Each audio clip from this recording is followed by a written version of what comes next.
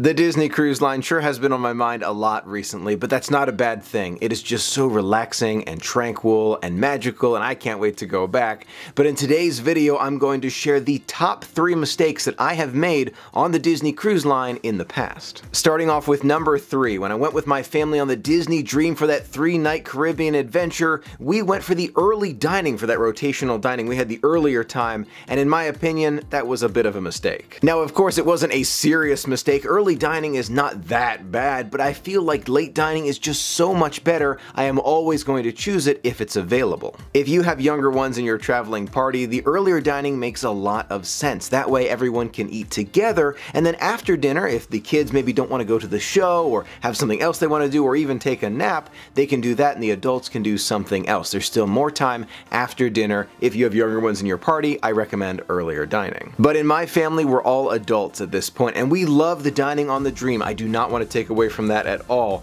but only after I went on the Wonder did I realize how much I appreciated the later dining. Now, I know this does have to do with the number of guests on board with you. I totally understand that, but even in the large dining areas, we found that the evening dining was a lot quieter, and from what I've read, a lot of other guests also enjoy the late dining on the larger ships like the Dream and Fantasy for that same reason. It's quieter because most of the families enjoy the earlier dining. I also really appreciated the fact that after the late dining, many of the guests had already gone to sleep, so I could walk around the top deck basically by myself, or through the lobby atrium, or maybe just grab a movie and watch under the stars. Now, I'm positive I'm going to try the earlier dining again in the future, just to give it a try between the two ships, but for right now, I feel like the late dining is right for me, and I recommend it for adults in your party. The second big mistake that I made on the Disney Cruise Line is I tried to rush around and see everything that there was to do. Now, keep in mind, I'm basically wired for Walt Disney World. I know what I want to do, I know where I want to go, I'm going to get to this ride and then go to this fast pass and then make it to the dining and then go.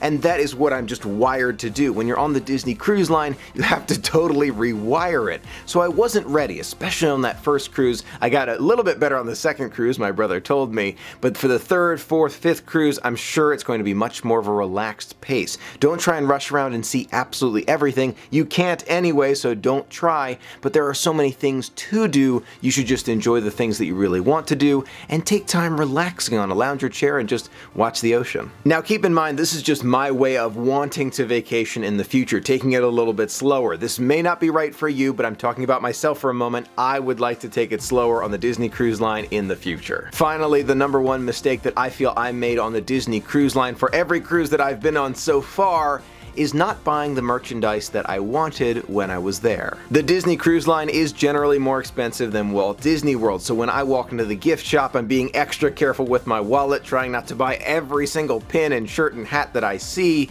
but I feel like I did not get the souvenirs that I really wanted from our most recent adventures simply because I had spent so much on the cruise. I was trying to conserve my money and then didn't get a chance to buy some of this special merchandise. I thought to myself, you know what, I'll go back to shore, I'll check online, check some sales, maybe even check eBay looking for some really cool items.